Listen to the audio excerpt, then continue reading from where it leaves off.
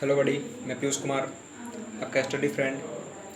और आज मैं आप लोग के लिए इंग्लिश ग्रामर का टेंस का सेकंड पार्ट लेकर आया हूँ, जो कि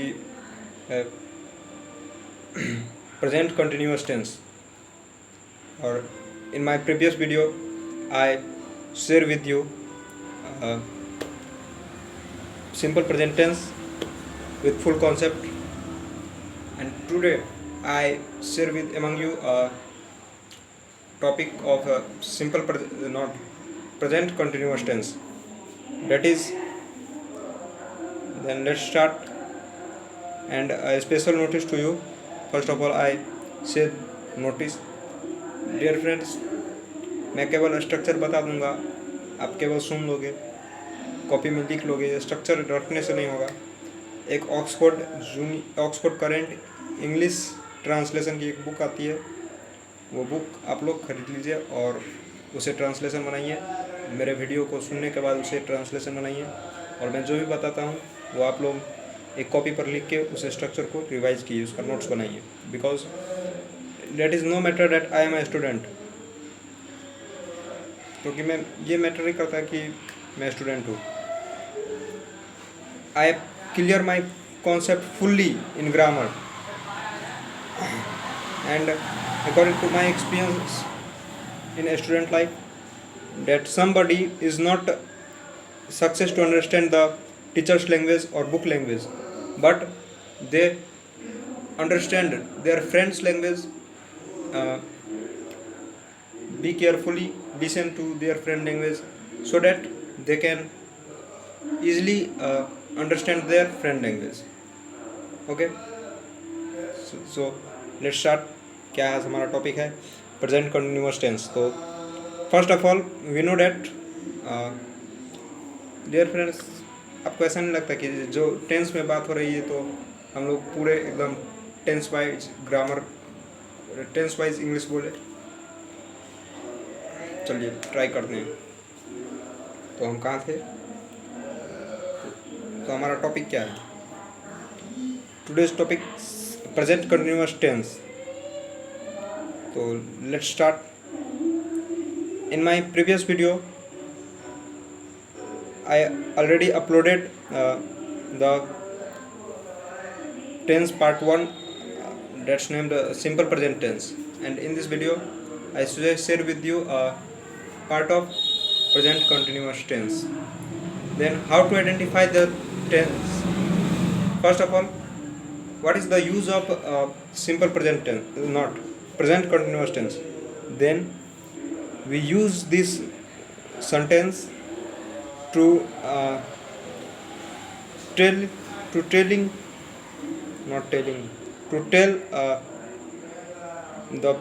the work that is in running, that's not complete. For example, I am eating, I am running, I am going to school, I am going to home, etc. And I translate it into Hindi because my English थोड़ा। Okay, सो इस tense का use हम इसलिए करते हैं, ऐसे काम को बताने के लिए करते हैं जो काम अभी पूरा नहीं हुआ है, चल ही रहा है। वर्तमान में जो काम पूरा नहीं हुआ है, अभी चल ही रहा है, और जो पूरा हो चुका है उसके लिए भी एक टेंस हम आगे पढ़ेंगे। पहले इतना कवर कर लेते हैं। ओके, एक साथ सभी कवर कर देंगे तो बर्डन हो जाएगा, और मैं बर्डन नहीं चाहता हूँ। पढ़ाई, स्टडी एज अ मस्ती, the real entertainment of study, the real enjoyment of study is comes then we study with masti. So let's start. Then comes to the topic. Start is already happened. Then तो ऐसे tense को बताने के लिए हम लोग present continuous tense का उपयोग करते हैं। After that, how to identify this kind of sentence? Thus this kind of tense we when any sentences of Hindi grammar, listen be carefully, when any sentences of Hindi grammar that is end with रहा है, रही है, रहे हैं, रहे हो. That is called that is the sentence of simple present continuous tense. Okay. After that, how to translate the English sentence of simple present tense into not Hindi sentence of simple present tense into English. Then therefore structure is many of the structures is made by grammatic क्या कहते हैं grammatian. So if the sentence is positive, I hope we already know the positive. What is positive sentence? Positive sentence means the reply of this sentence is always in positivity. जिस sentence का reply हमेशा हाँ में आए, हकारात्मक, जेठालाल की तरह, है ना. तो उस सेंटेंस का हम लोग क्या कहेंगे? Positive sentence. जैसे मैं खा रहा हूँ, दैट्स कॉल्ड पॉजिटिव सेंटेंस. मैं खा रहा हूँ, हाँ मैं खा रहा हूँ, that's called positive sentence. I am eating. तो यहाँ पे स्ट्रक्चर खुद क्लियर हो जाएगा सेंटेंस को solve. The structure of positive sentence is subject plus is am are plus object. It is already known to you. I hope it is known to you that from where we use is, from where we use am, from where we use are, other things. So I cannot repeat this sentence. These kinds. तो कहाँ थे हम? मैं खा रहा हूँ. I am eating. Structure subject plus ismr plus v4 plus object. Okay, this is the, if sentence is positive then we use this structure, subject plus ismr plus v4 plus object. After that, the structure of negative sentence. It is already known to you what is negative sentence. Negative sentence means Popatlal. You know, ऐसे याद रखो. Negative sentence means Popatlal and positive sentence means Jethalal.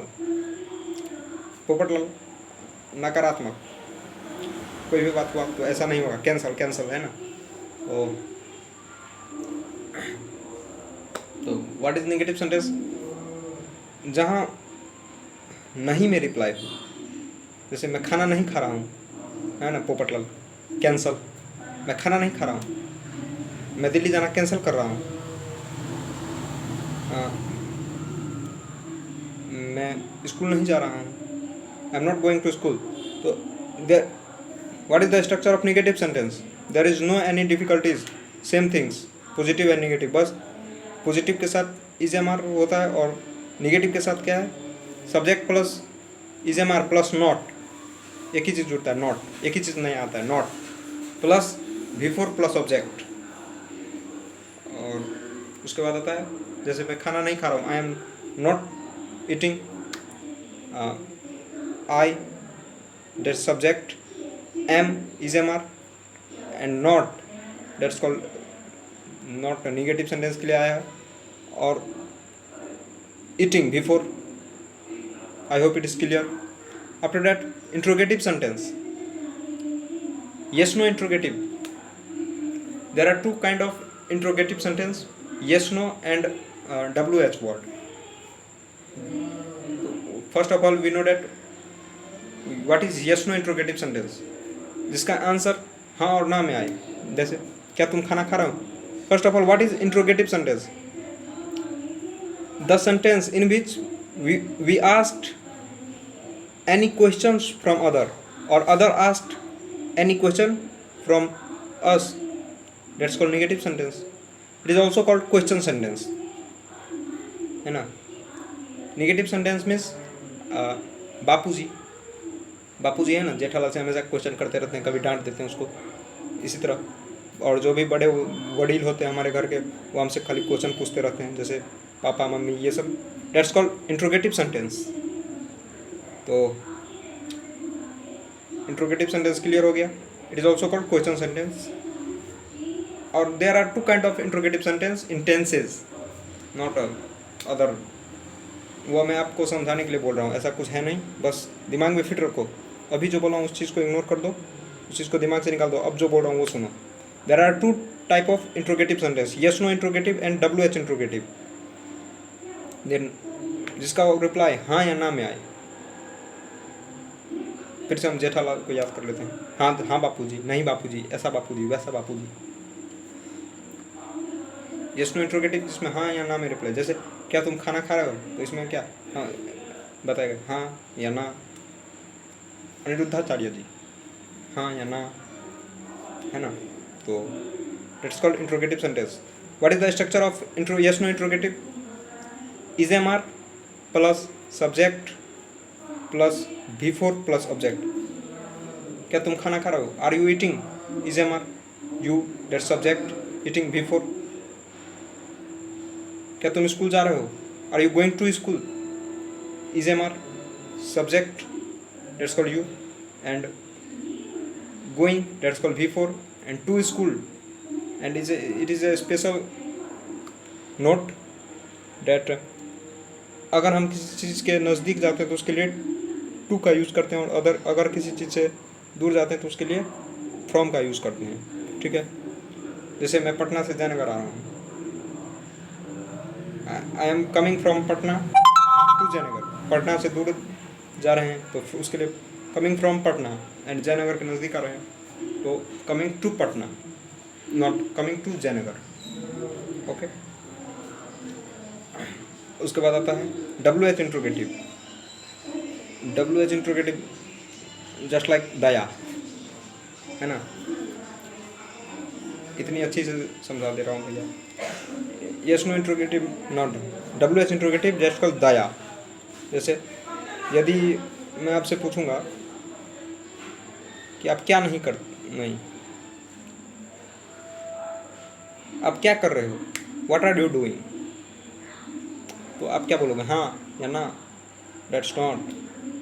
जैसे दया क्या, दया जैसे कुछ भी पूछते हैं जेठालाल जी, दया कैसे पूरा एक्सप्लेन करके बताने लगती हैं, वैसे इसमें एक्सप्लेनेशन की ज़रूरत होती है। It is also called explanation sentence, ऐसे समझो। WH इंट्रोगेटिव जिसमें हाँ या ना में रिप्लाई नहीं आए, उसके लिए structure WH word plus is am are plus V4 plus object. Can clear? चलिए आइए एग्जाम्पल के हेल्प से क्लियर करते हैं। आप कहाँ जा रहे हैं? Where are you going? WH word, is am are, you that's called subject, going V4।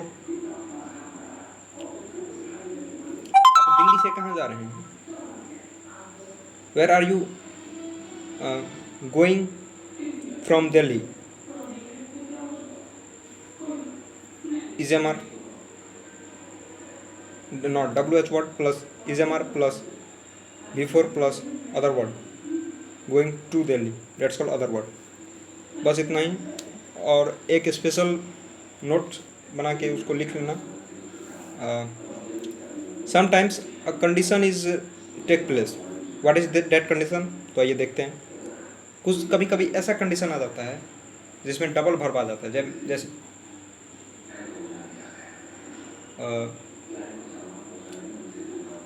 वह किताब खरीदने जा रही है। इसमें जाना भी एक क्रिया है, वर्ब है, और किताब खरीदना भी एक वर्ब है। तो इसके लिए हम लोग क्या दोनों में V4 लगाएंगे? नहीं। क्यों नहीं लगाएंगे? तो इसके लिए एक रीज़न है, रूल है। तो क्या है रूल?